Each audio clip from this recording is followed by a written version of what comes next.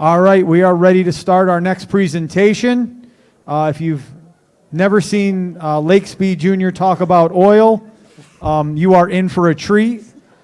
This man knows everything there is to know about oil, and today he will be discussing oil additives. So, Lake, over to you. Thank you, sir. Good afternoon, everybody. All right. The good audience response. So we're going to go all Clint Eastwood today. Spaghetti Western. The good, the bad, and the ugly. So, I got to point it this direction. Oh, there he goes. If you don't know who I am, I'll give you a real quick history. I am Lake Speed Jr., which means my dad is Lake Speed Sr. If you happen to have followed NASCAR in the 80s and 90s, he was a NASCAR driver. Also, back in 1978, he beat some guy named Ayrton Senna for the World Go-Karting Championship. You know, they heard of that guy. Over the last 20 years, I've been involved in the lubrication industry. I actually work for Joe Gibbs Racing. I'll tell you that story here in a little bit. But I'm a STLE certified lubrication specialist and oil analyst. So I've been looking at used oil samples for the last 20 years. I'm one of about 300 people in the whole world that has both of those certifications, and I won't even go into all the other stuff. I'm also a tribologist, which is in that basically study of friction wear lubrication. And for the last 5 years, I've owned my own independent used oil analysis business. So a lot of the results we go over today will be coming real world examples from that. Because I will give you my opinion about what I think of these things. But more importantly, I want you to make up your own decision based on what you see. Because I'm also a PCA member just like you. So I'm going to talk to you like I would my kids or a friend. I'm going to give you my opinion, but more importantly, I want you to know what's going on. And so with that being said, just to know, how's Dad doing these days? I got to aim it that way, apparently. Nope. It's a little laggy here. Man, not working. There we go. So, Dad is 76 years old, and back in November, we went up to VIR, drug that old 1993 Thunderbird back out of the garage. We actually went through the engine last year. In the old days, it made 690 horsepower. Of course, I work for a Total Seal piston ring, so we changed the rings, we changed the home, we changed the pistons. One of my best friends in the whole world is Billy Godbold from Comp Cams. Put a new camshaft in it. Made 793 horsepower. He said it was too much power.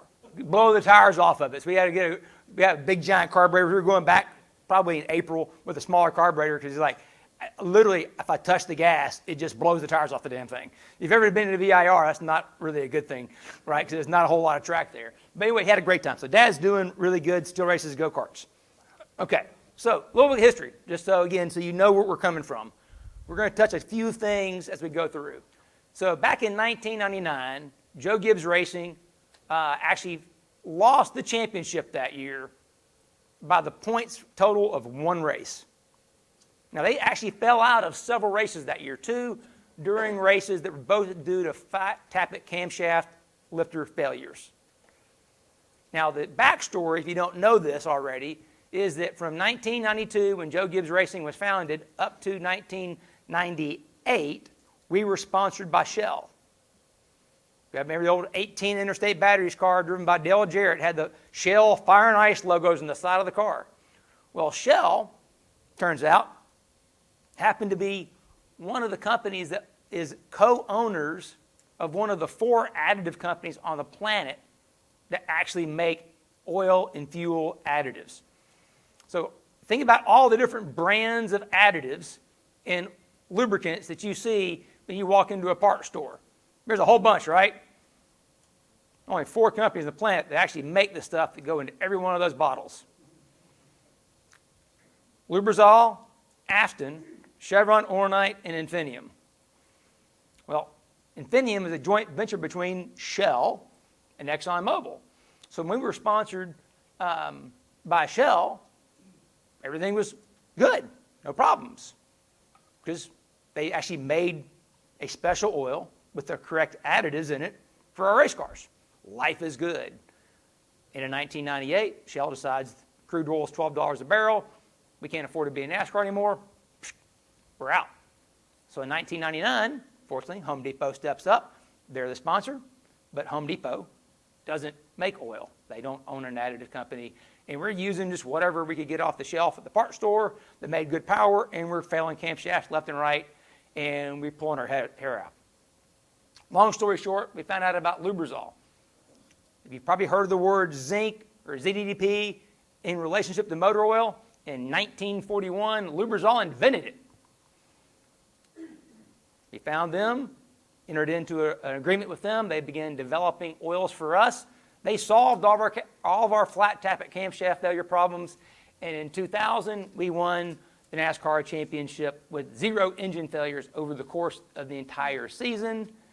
And we were like, ooh, this is kind of cool, good stuff. And we continued to develop it. And the driven products today were born from all of that work. And I was the formulator for those products for about 10 years.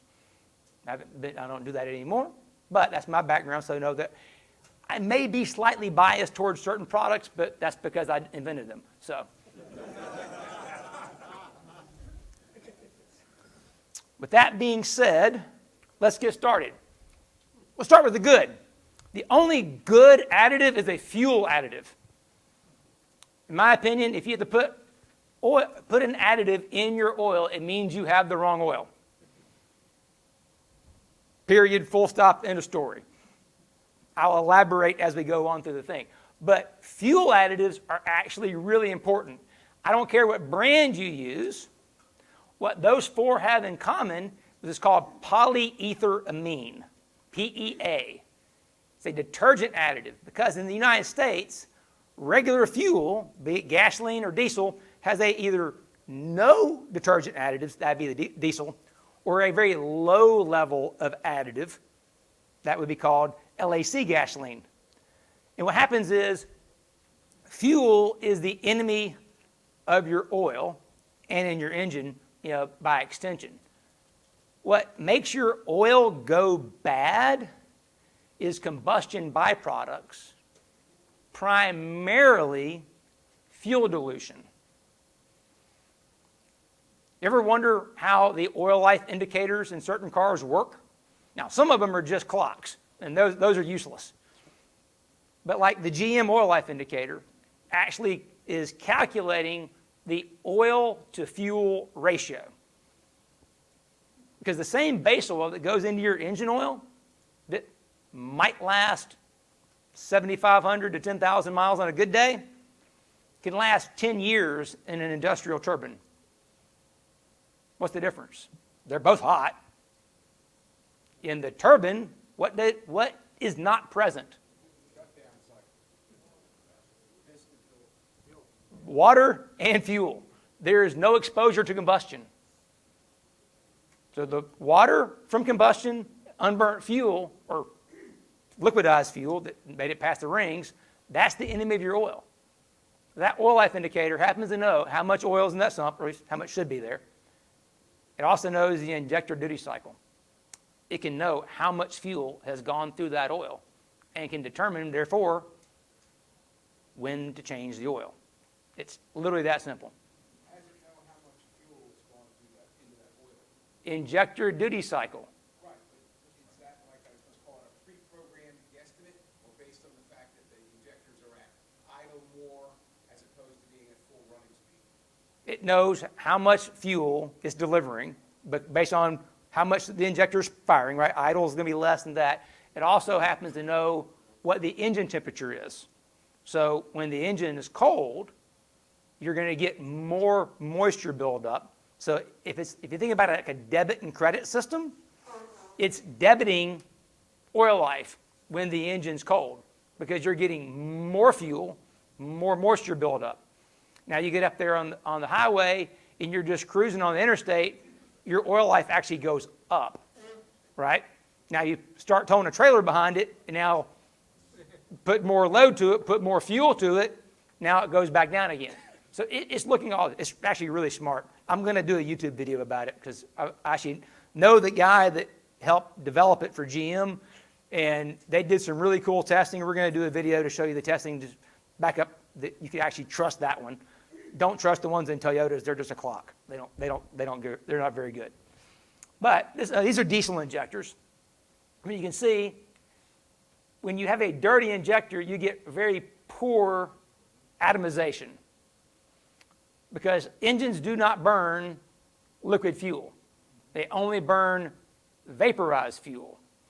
And if we think about it, if you have a campfire going right here, and you take a big log and you throw it on it, does it start to burn? Nope. Take a little piece of kindling and throw it on there, what happens? Burns right up. So think about the big droplets as those logs. Think about these small little mist as your kindling that will burn right up. You want it to burn, so it needs to vaporize well. Well, because gasoline in the U.S. doesn't have great detergency, you typically get pretty bad injector buildups. And what happens is when you get a lot of fuel dilution, here's 6%, the battery must be dead in this thing or something. Because it is. The sensor's over here. I got to aim it this direction. It works better over here. Maybe so. I'm trying to use the light. I'm married over here now. So 6% fuel dilution here, and we've got massive amounts of wear down here. Not a good thing, right? This is not what you want to see. Oil nozzle support, if everything is green, things are good. When things look like a Christmas tree, that's a bad day. So here's a perfect example. Here's a 2005 Boxster, and you can see over time, trend analysis here. So back in 2020, about 3,000 miles on the oil, we're at 1.62% fuel. It's okay. But the next one, it's up over 2.56%. All he did was run one tank with one bottle of PEA-based fuel detergent, and we come back, and we're at 0.93 now. That's all you had to do. Was it an Italian tune-up too, or? No Italian tune-up. Just regular old Boxster driving, yeah. I've seen it over and over. This is just one example of many, right? And that's just like typically when, because I'm the analyst, I'm the one that sends the reports. If I see this is just not my day with electron. When you see the 2.56, when you see high fuel dilution, first thing I'm going to tell you to do, put a bottle of PEA-based detergent in there, go a couple thousand miles, resample. And 99 times out of 100, that fixes it. That other one time, it means you had a bad injector and you got to fix it. But it's a great way of knowing what's going on. All right, now the bad. I said it a minute ago. If you got to put an additive in your oil, it means you got the wrong oil. So, to be clear, we got to make sure we know what we're talking about here. So what is in motor oil? Synthetic oil is going to be a base oil that's going to come from one of those three companies. Again, all these different brands, not a lot of companies that actually make the stuff that goes in the bottle. So these are the companies that actually make synthetic base oil. That's your PAO Group 4 synthetic base stocks. And those are your 4 additive companies. So just remember that. Not picking on any brands of additives, just trying to explain the chemistry of what's going on. These are the guys that actually make molecules. Everybody else is essentially blenders and marketers. I love oil chemistry. I hate oil marketing. I might get a little bit fired up today, just so you know. Okay, so proper lubrication can be defined as the 4 R's. Right oil, right place, right time, right amount. The right oil is the proper viscosity and additives for your application. Who thinks it's a good idea to put gear oil in your engine? Robert, yeah, of course. You pretty much universal, like that's not a good idea. Okay. You ever seen the guy with the bearing tester? Right, we've all seen that. Gear oil will beat engine oil every single time in the bearing tester because gear oils are designed for extreme pressure. Engine oils are not. So does that mean because it works better, you should put it in your engine? Absolutely not. Again, I hate oil marketing.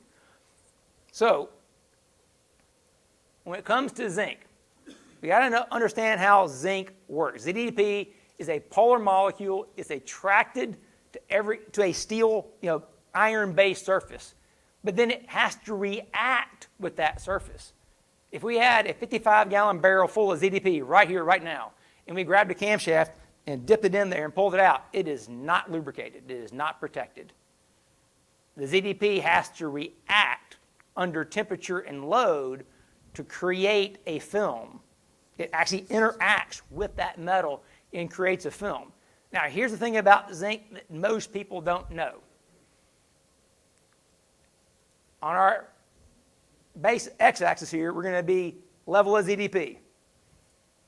Why? We're going to be wear. So at very low levels of ZDP, we have very high levels of wear because that is adhesive. Metal-to-metal contact, things are not good because no smooth surface is actually smooth. There's always microscopic peaks and valleys, and those peaks hit each other and they weld together. That is adhesive wear. The ZDP film that reacts and forms prevents and reduces that adhesive wear. So as the zinc level begins to increase, what happens to our wear? It starts going down. But if one bottle is good, 2 bottles must be better, right? Wrong, because now that film is getting so thick that it begins to slough off. If you've ever done any kind of paint and body work and you've had to strip paint off of anything, you'll probably remember that when the paint is really thin, it is really hard to scrape it off. But if the paint is really thick, what happens? Oh, it just comes off like butter. So same thing, that big, thick film is now causing corrosive wear because as you'll see later, ZDDP is actually acidic. Who has a pool or a hot tub? There we go. So you're familiar with acids and bases, aren't you? Right? So you don't want the water becoming too acidic because that's really not good. But if you over-alkalize it, is that also good? No, it's even worse, right? You want to maintain your acid bases. Y'all didn't know y'all were having a chemistry lesson today, did you? That's why I saved you for the afternoon, right? So, what I'm trying to set up for everybody can understand is that engine oil is complex chemistry. All kinds of different things are happening on those surfaces, and none of those things happen in isolation. They're all interdependent. So this is a weird graph. So I know this is not a flat tappet lifter, but just bear with me because this is the closest object that's cylindrical. Imagine this is a flat tappet lifter, but now we're going to flip it on its side. Then we're going to use a scanning electron microscope, and we're going to begin to investigate this surface. And it can actually penetrate into the atomic structure and tell us what the metallic atomic composition is into the metal. Isn't that cool? I love that kind of stuff. So if you think about this is the surface, and we're working back this way. Well, the very beginning of the surface, what best we have is this is iron, Fe. So the crossover point where there's more iron, the part, versus other stuff, the film, is right about here. So we're about, we'll call it 150 angstroms deep into the metal. And you can see you've got some calcium, you've got some oxygen, you've got some zinc, some boron, carbon. We've got all these things going on. Of course, carbon is also in the steel. Now, we've changed the chemistry. We went from a diesel oil to a regular passenger car oil running back to back, to now we're running a break-in oil, much higher ZDP oil, to a still high ZDP oil, but balanced. Now we've moved that additive film to 400 microns, angstroms deep. Big change in additive film here. The whole thing I'm trying to show you is that when you change the chemistry, you change what happens on the surface. Everybody clear on that? Okay, because this is why you shouldn't put anything in your oil. One more example. So here's two samples back to back, roughly the same mileage, from the same guy from the same car. The trick is, I formulated this oil so I know what's in this oil.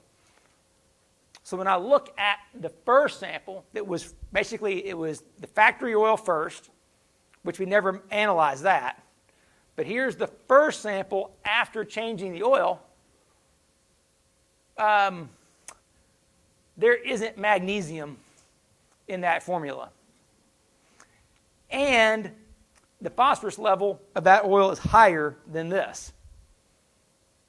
So those are two things I know right off the bat that are not right about that oil.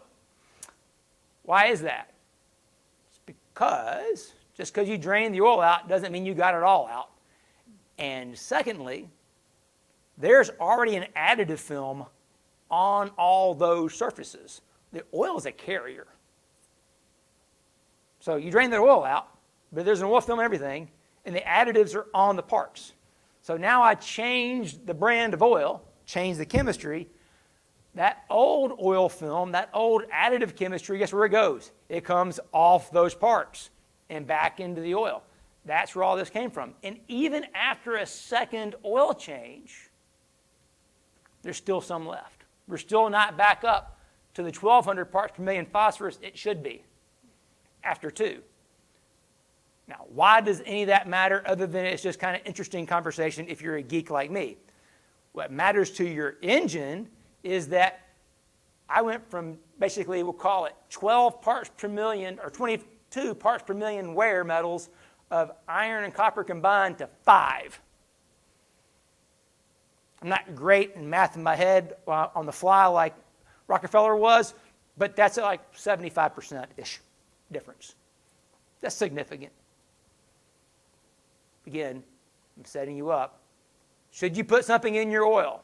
I don't think so, because I don't want to have things like this going on. Did the engine run just fine? Was he fully aware of a problem? No. But there's a difference in the amount of wear going on. One's good and one's bad. So, one more real-world example. So, what we did to look at some different additives is we started off with base oil. So this far left column over here is just straight PAO. ExxonMobil PAO 3.5. Nothing in it. Just base oil, no additives. So then we did is we took different additives and we added it at the treat rate that's on the bottle to just base oil. So it doesn't make any sense to analyze the stuff out of the bottle because that's not what your engine is going to see.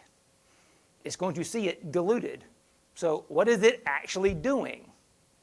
Okay, back to acid base. So we want to see that when you added the MOS2, it made it slightly acidic. It went from barely basic to slightly acidic, and it added 613 parts per million molybdenum. And fortunately, they also put some silicon in there too. Silicon is an anti-foam agent. That's important. Remember that later. So otherwise, everything else is pretty good. The Ceratec, it actually made it basic. It increased that base slightly.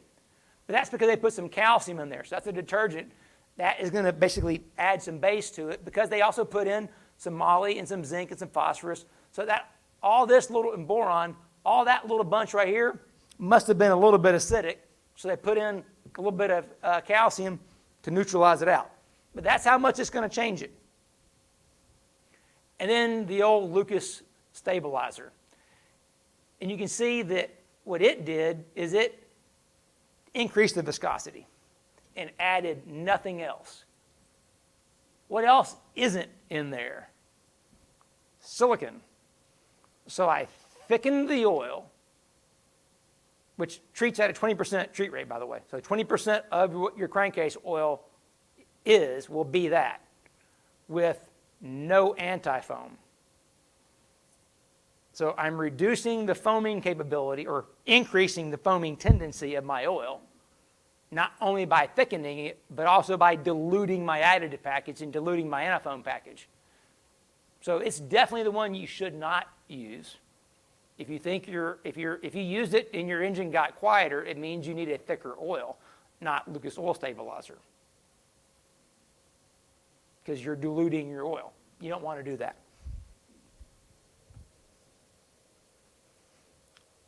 So here's a couple more. So again, far left-hand column, just base oil. Now we got the Lucas TB plus zinc. So what they've done is they've added some calcium, again, detergent, base. Why? Because they put a whole lot of zinc phosphorus in there, which we said is acidic. Way more of this, so it had to have more of that, and our base is up at 1.1. So that's pretty good, right? I mean, you've added some ZDP and some calcium to it, way more ZDP than calcium. That's actually about the same level of zinc and phosphorus related to calcium that's actually in break-in oil, like the Joe Gibbs break-in oil, by itself.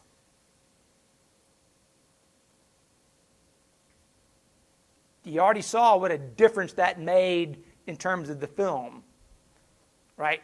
That is going to pull the lever really strong. And what I mean by that is this.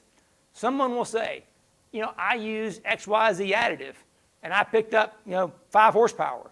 Another guy will say, I use XYZ additive, I lost 5 main bearings. Who's lying? Neither one of them.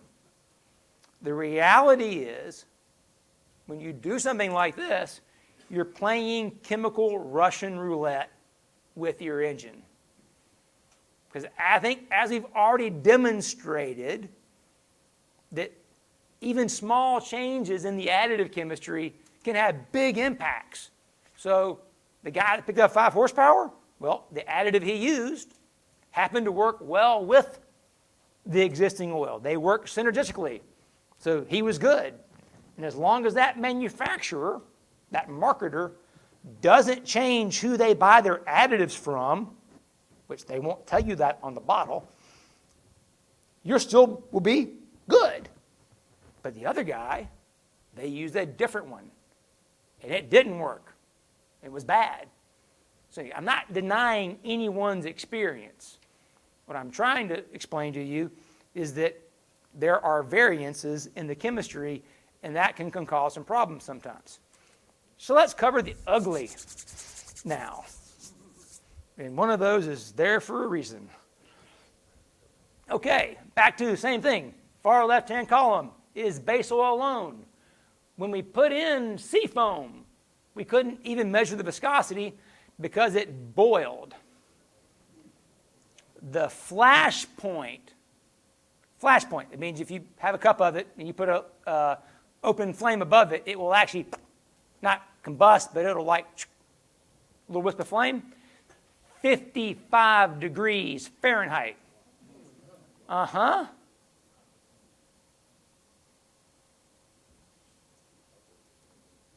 And it sucked in water.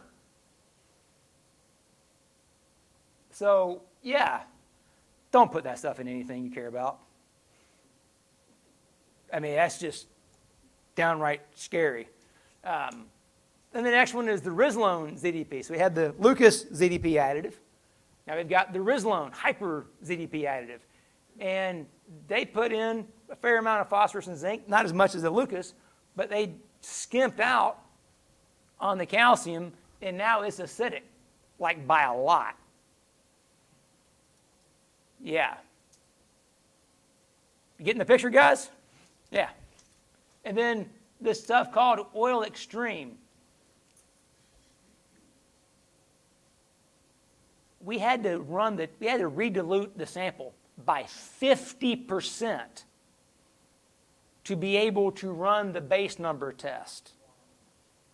Because it was so basic, so alkaline, when we first tested it, that it wouldn't even react with hydrochloric acid is what we use in the lab to test the base.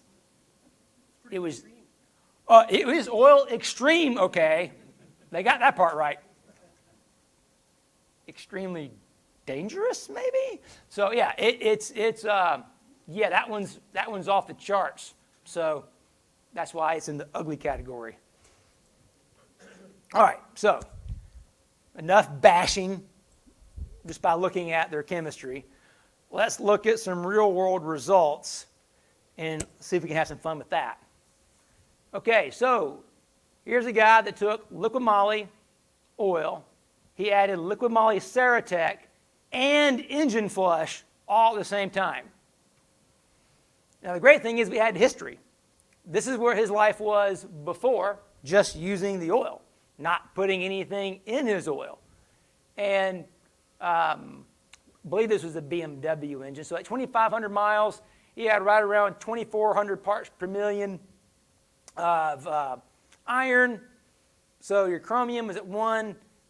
Really, this is not bad, right? So for an iron liner engine in that, I'm going to call it 15 to 25 parts per million range is normal. 15 is excellent for an iron liner. 25, you're still good. Yeah, I won't complain about that. All these other numbers that are, 1, 3, 1, 4, if it's below 5, you don't know if it's a 1 or a 3 or a 4. That's just the noise of the test. That's really good. This guy was in good shape. But he decided to put stuff in his oil. And it jumped to 42. And now the copper jumps up. The tin jumps up. The aluminum jumps up. Everything goes up. He doubled the wear rate in his engine by monkeying with the chemistry. With what we've already covered so far, is anyone surprised by this? Because I wasn't. And the funny thing is, these are all real-world examples in just the last 2 months. This wasn't me going back over a couple of years and finding stuff. When Manny invited me to speak at this back in December, I just started collecting stuff since Christmas time. These are just real-world stuff that just happens. So it's not like we're cherry picking because I have an agenda. I don't get paid by anybody to do this stuff. Again, PCA members, we're family. Just speaking to you like I would my kids. All right, so here's another guy, right? So this is a guy using AMSOIL. Nothing wrong with that. But he decided to use the Hot Shots FR3 nanotechnology. Nano just means it's small, but it's nano buckyballs or whatever it is in there. So he puts this stuff in there, and, his viscosity is below grade. Well, that's not good because viscosity is the most important characteristic of your lubricant. So if you put in an additive that makes your oil thinner, that's never a good thing. And then his oxidation value is shot up, which means his oil is already dead. And he's only gone 3,000 miles, and sometimes they'll say some of that stuff is good for 15,000 or 25,000 miles. So if you thought you were paying top dollar for long life oil, then you put in something that killed it in 3,000 miles, you probably wouldn't be very happy. Then, notice too that my zinc, my phosphorus levels, they're a little bit on the low side. Why? Because that FR3 doesn't have any zinc or phosphorus in it. So when you add something to it, what are you doing? Diluting. So you're taking away the key antiwear ingredient, which did not work in this case because the copper went way up. That's a really high level of copper. And the problem is, if I'm going to say they probably do have nano buckyballs or something in the stuff. Well, copper is the softest metal in the engine. So what are those things going to do? They're going to wear stuff, and they're wearing the softest thing. They're cutting it first. So, yeah, not good. So I wouldn't do that either. Now here we go. Remember how we had the Rizlone that was acidic? So this guy took Rizlone, ZDP, added it to his Castrol GTX, and it is eating his bearings. Because tri-metal bearings are copper, tin, and lead. So he's got 25 parts per million tin, 267 parts per million lead. I actually confirmed with him he wasn't running leaded fuel. That's just bearing wear in his engine because the oil is acidic. And it's just eating the engine from inside. Again, all real world examples, just sharing, right? Yeah, it's not even that, it's like not much at all. But he's like, well, I thought for certain, new engine build, I needed to put some extra ZDP in there. Yeah, you're going to get to rebuild it again.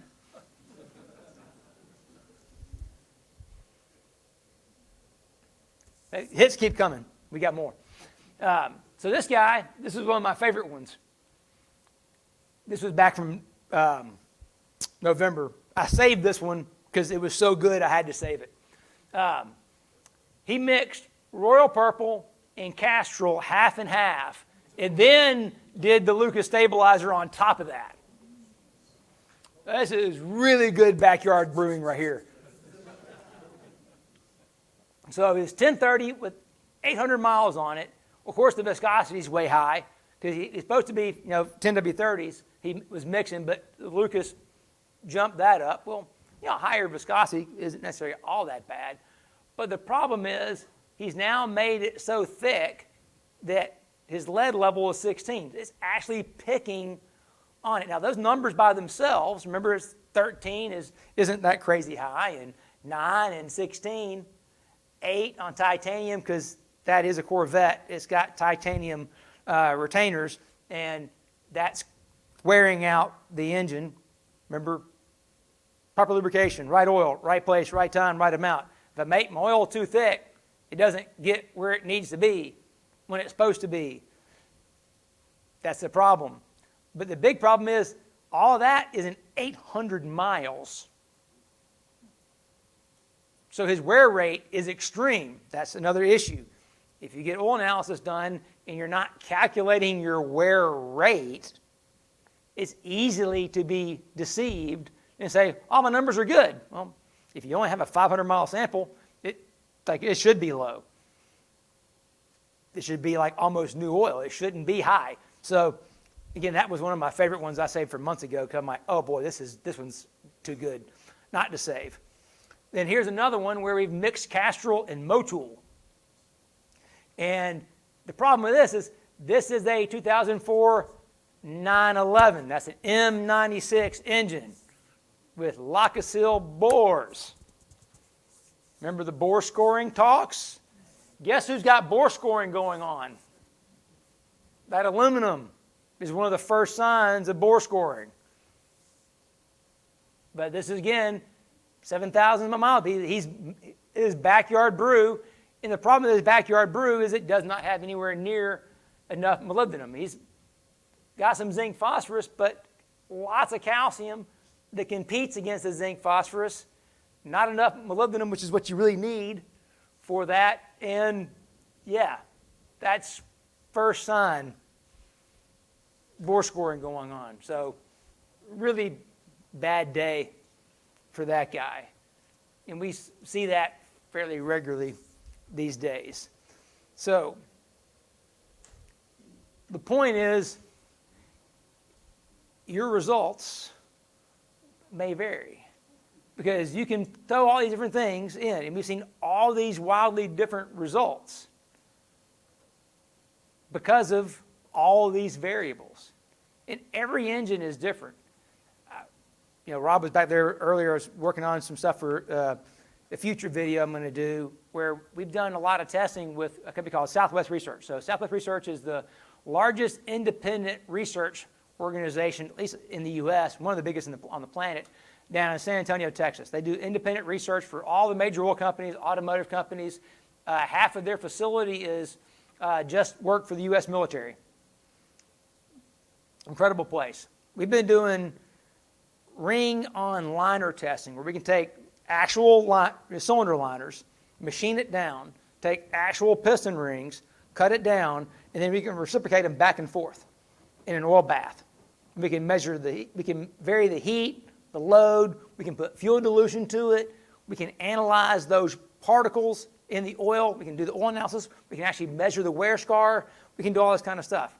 And what I can tell you definitively is that everything is a variable. That depending upon the surface roughness, let's just say, for example, I have, we'll call it oil A. So oil A could give me the lowest amount of wear with surface roughness A. But you take oil A and you match it up with surface roughness B, and now it's the worst in the whole bunch.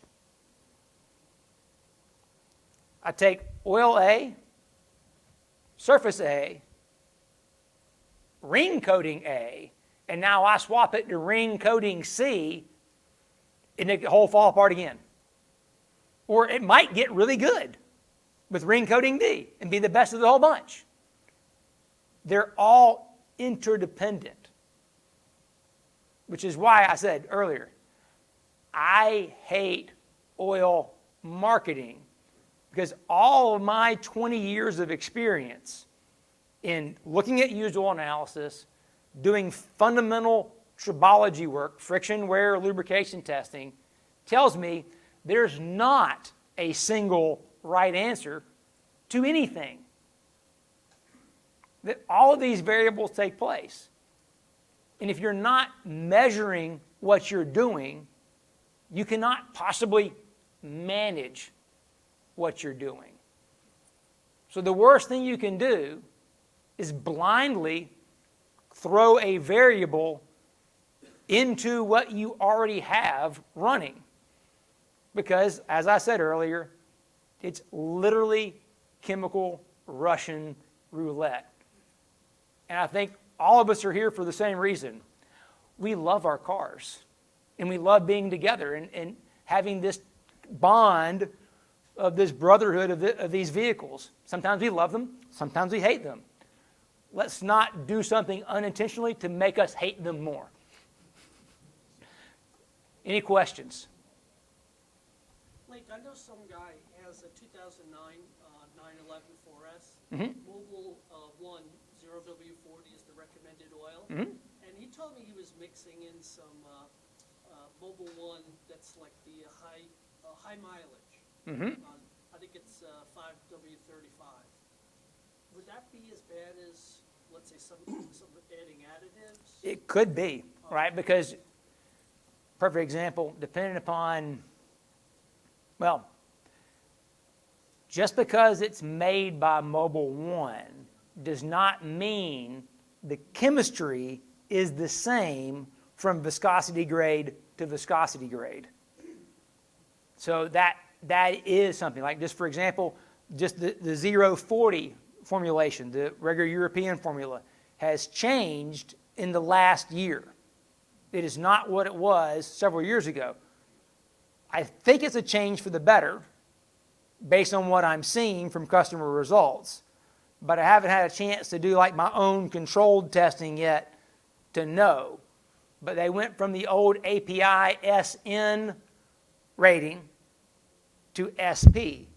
With SP, they had to bring down the calcium level, but they've also changed the base oil blend, where it used to be a PAO ester blend.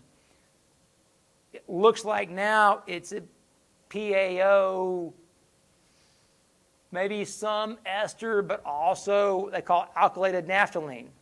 It's chemically it's changed. So it's cleaner, so it doesn't need as much calcium?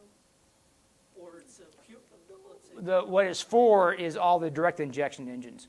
So all the engines that are DI, when you have a high level of calcium, you have a higher chance of pre-ignition. There's something called low-speed pre-ignition. It's more prevalent in turbocharged direct injection engines than NA engines. But all the manufacturers, everyone has recognized that high levels of calcium, high levels of sodium correlate directly with increased level of detonation, knock, none of which are good for your engine. So all of the new oils to get the API SP rating have to pass a low-speed pre-ignition screening test. You cannot pass that test with more than 1,500 parts per million calcium. That's why with the newer cars, they were calling for the 040 ESP X3. The X3 had that lower level of calcium, right? And that was next to impossible to find. Of course, the X3 has now been rebranded as Supercar. Same oil. But the good thing is the 040 you can buy at Walmart is now SP. It's also under that same threshold. And so because GM uses that same oil in the Corvettes and some of the Cadillacs that call for the 040, they're also either NA or supercharged with direct injection. So they got to get that out. Back to one of those additives, all those additives that have a high level of calcium, high level of sodium, that is trouble for DI engines. So, yeah. Yes, sir. With Walmart branded synthetic. I'm going to go back to one slide and I'm going to let you look at it real quick. Whoop. Right over here. This is, I don't care what brand it says. Their additive package comes from one of these companies. You know. Yes, sir. I'm a stickler for company-approved specifications and so forth. In my 21-718 GTS 4.0, it's a C40 oil spec. Yep. It's probably where, and I've changed the oil at 2,000, 5,000, 10,000, 15. Coming up to the next one, I was using Motul at 8100 X Clean. Yep. C40 approved.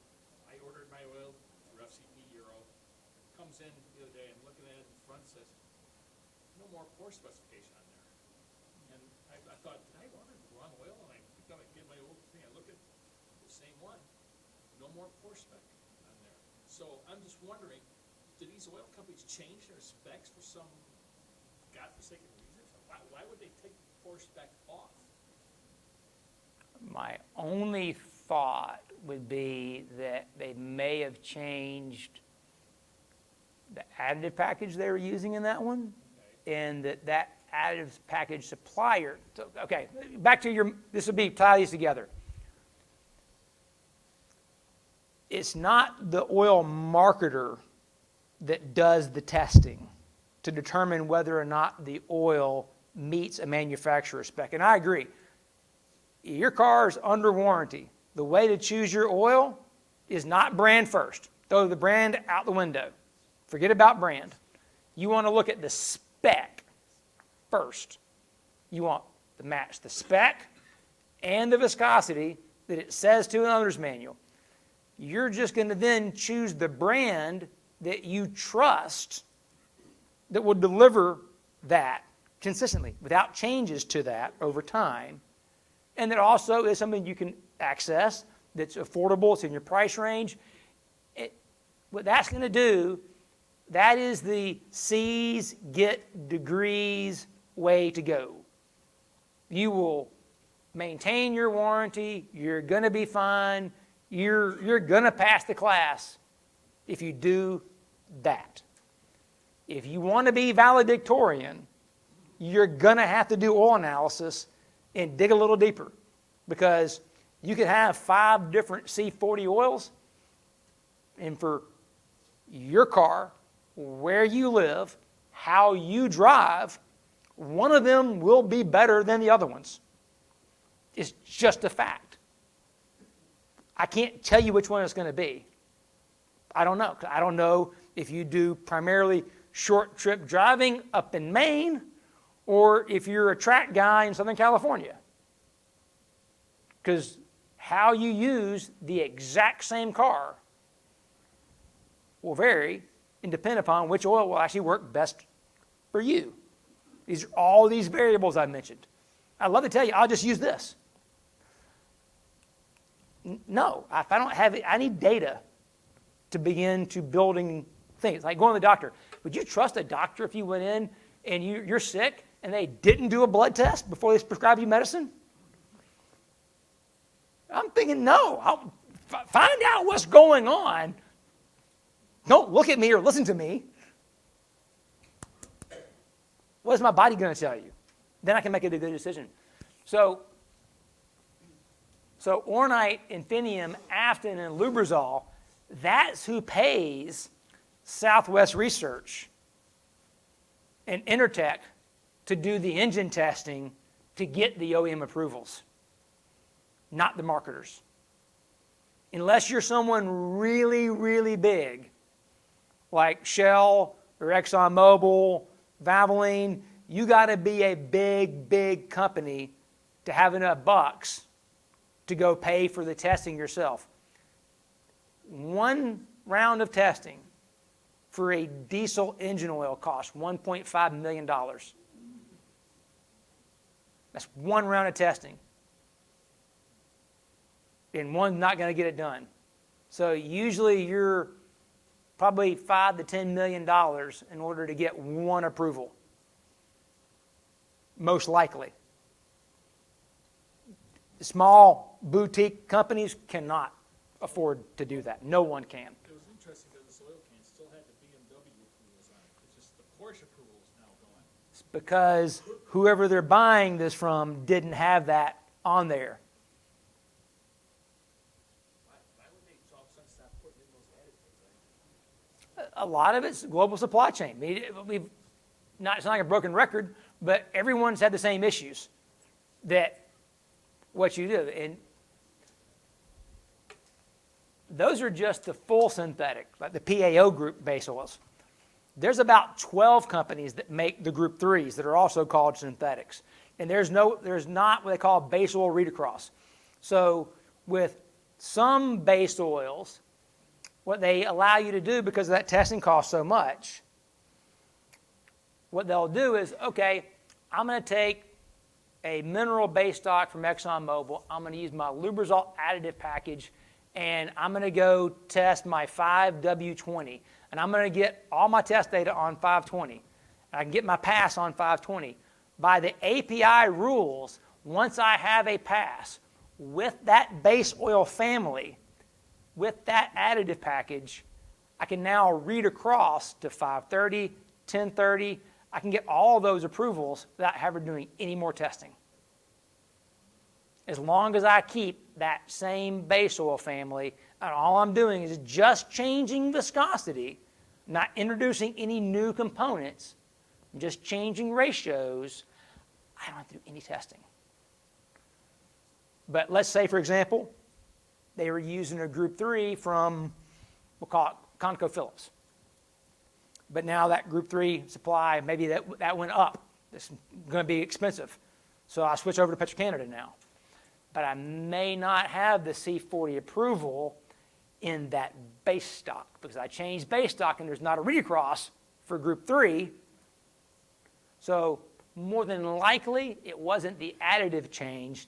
It's the base stock that changed, and they didn't have read across for that. That'd be my guess. I don't know. Oh, yeah, there's a question back there, then we'll come back to front. Polyetheramine. It would be sometimes abbreviated as PEA on the bottle. Yes, sir. Same topic on fuel additives. You had mentioned last year, years past, talking about like top tier rated. Yes. You're using top tier consistently. Mm-hmm. How necessary is it to? I do it once a year. Once a year? I do it once a year, yeah. And when? Beginning of the season, middle of the season, end of the season, doesn't matter. So if you use something like not all of them are the same. So like the Techron Marine, it has storage like stabilizers and stuff in there. That'd be a good one to use at the end of the season before you put the car away. I mean, like the ideal scenario is you get toward the end of the year, you go out, fill up the car, put in the fuel additive, go drive it around for 15 minutes just to get everything nice and warmed up. Come back, drain the oil, do your oil change, put the car away, and just let it sit. That way you got fresh oil, your fuel's all mixed up, just got the additive in there, it's not going to go bad over the winter, just let it sit. Don't go out there and start it, don't touch it. Put the battery tender on it, leave it alone. Weather gets nice, go out, drive it. And the reality is, if you don't put more than 3,000 or 5,000 miles a year on it, just change the oil again in the season. And if you want to get a health checkup, do an oil analysis while you're doing it. Then it'd be your yearly health check. And that's like the easiest thing to do. Yes, sir.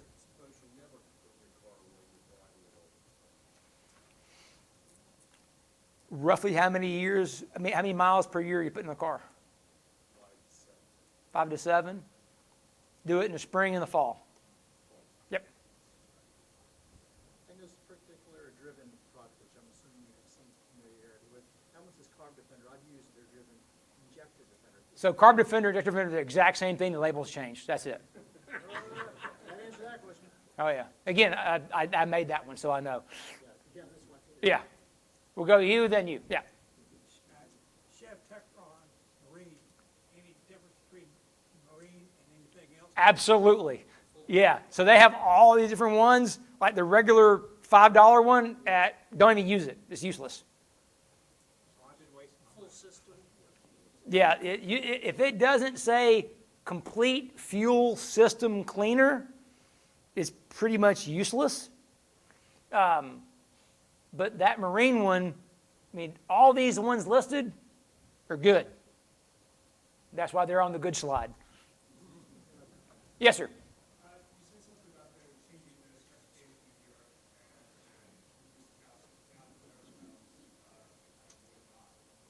if you're driving an older, like a 996 or something like that, you need to set up winning facilities. No, they're actually better. Because, real quick, I know it's time to go, but just give me one thing because this is cool. I love that question.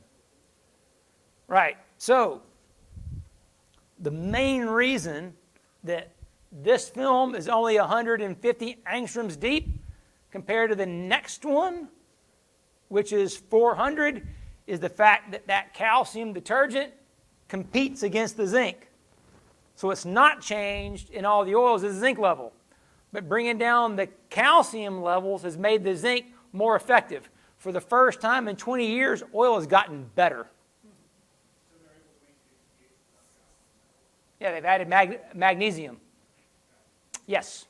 And other things. And other things. Yes, sir.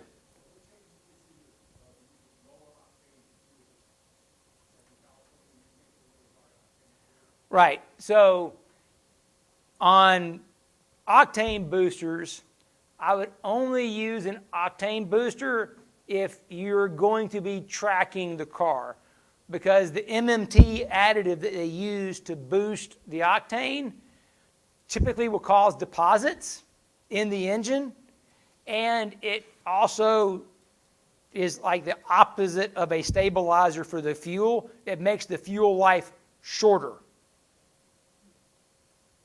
So yeah, it's not something I would choose to use all the time. That's what I'm saying. I wouldn't if I didn't have to, right? I'd stay away from low octane fuels and don't try to use them and boost them. If it was me, obviously you got 91 out there. 91's fine for street driving, but if you're going to go track it, I would actually just get, the 109 unleaded fuel. I would pay the money for the good fuel and just use it at the track. What do you think of engine flush for high mileage engine. I'm going to go back to this one again. Well, yeah, I saw that. Right, that's what I think of it. Okay. So, That's what I think of it. so in that case, what is the best thing to do for a high mileage engine? Is it to switch to a good oil, driven, for example, and do more frequent, let's say, oil change? Yes. In order to get that coating that you're talking about. Perfect example. If you use a good quality oil and you change it a little more regularly, what you'll see is that, just like back to this example, it will clean it up, right? It will. I mean, so I know Valvoline's got a new oil called Restore and Protect.